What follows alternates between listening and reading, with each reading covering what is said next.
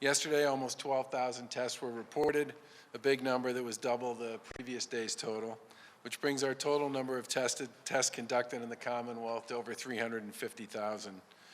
Of the tests reported yesterday, 14% were positive for COVID-19. That percentage is much more in line with the trend that we've been seeing over the past week, where the percent of cases that are positive has been lower than pretty much anything we saw in April. As I've said before, test results are one of the key indicators that we monitor closely. And we need to remember that those results depend a lot on who does get tested. No single day is indicative of a trend. Data trends have to be looked at over time and are crucial to our conversations about how soon we can start the process of reopening. That's why it's important to not draw too many conclusions from one day's data. Other data points we pay close attention to are the number of COVID-19 hospitalizations, the rate of hospitalizations among all COVID-19 cases, and the amount of COVID cases in intensive care units. There are currently 3,436 patients hospitalized in Massachusetts from COVID-19. That represents a reduction of about 126 patients compared to the previous day.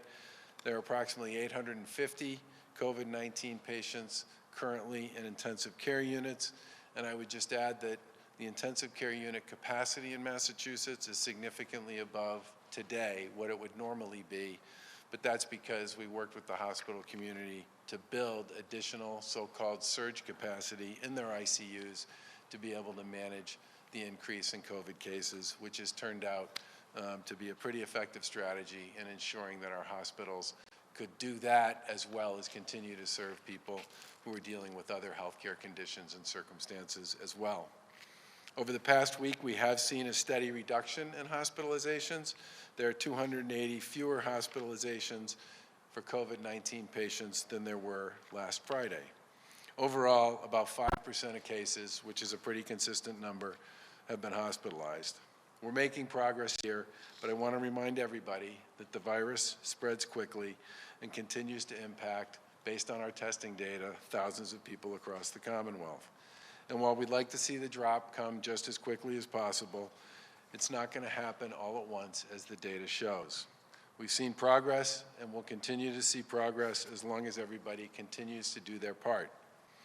Another way we're continuing to push back against the virus is to pursue more personal protective equipment, or PPE. This includes masks, gowns, gloves, ventilators, and other gear for first responders, emergency management personnel, healthcare workers, and nursing home workers. As of yesterday, we've distributed over 9.2 million pieces of PPE, basically in the past 40 days, to hospitals, nursing homes, community health centers, cities and towns, and first responders across the Commonwealth. Overall, this week showed us some encouraging trends when it comes to our fight against the virus. And we know that everyone is anxious, and so are we, to move forward on bringing back the economy, and we all hope that we'll be able to start to take some of those steps soon. But at the same time, we did see individual days this week where the fluctuations in the data were less encouraging. That underscores the fact that the reopening process won't be instantaneous and will probably be done in an appropriately planned and phased-in way. There's no way you can just flip a switch, and doing so all at once could almost guarantee that we would have a huge spike in infections and more fatalities, the exact result we are seeking to avoid. Instead, we need to see the numbers continue to improve and to see that curve gradually slope downward. That will enable us to begin the phased approach to reopening that we've been talking about in the past few weeks. And even still, there will be bumps along the way after that. We're likely going to be dealing with outbreaks until things like vaccines and treatments catch up with this virus. We certainly expect that will happen. We have some of the smartest people in the world right here in Massachusetts that are making real progress on both treatments and vaccines, but that will take time. We need to stay committed to the fight, because if we let up now, we risk losing all the progress that we've made.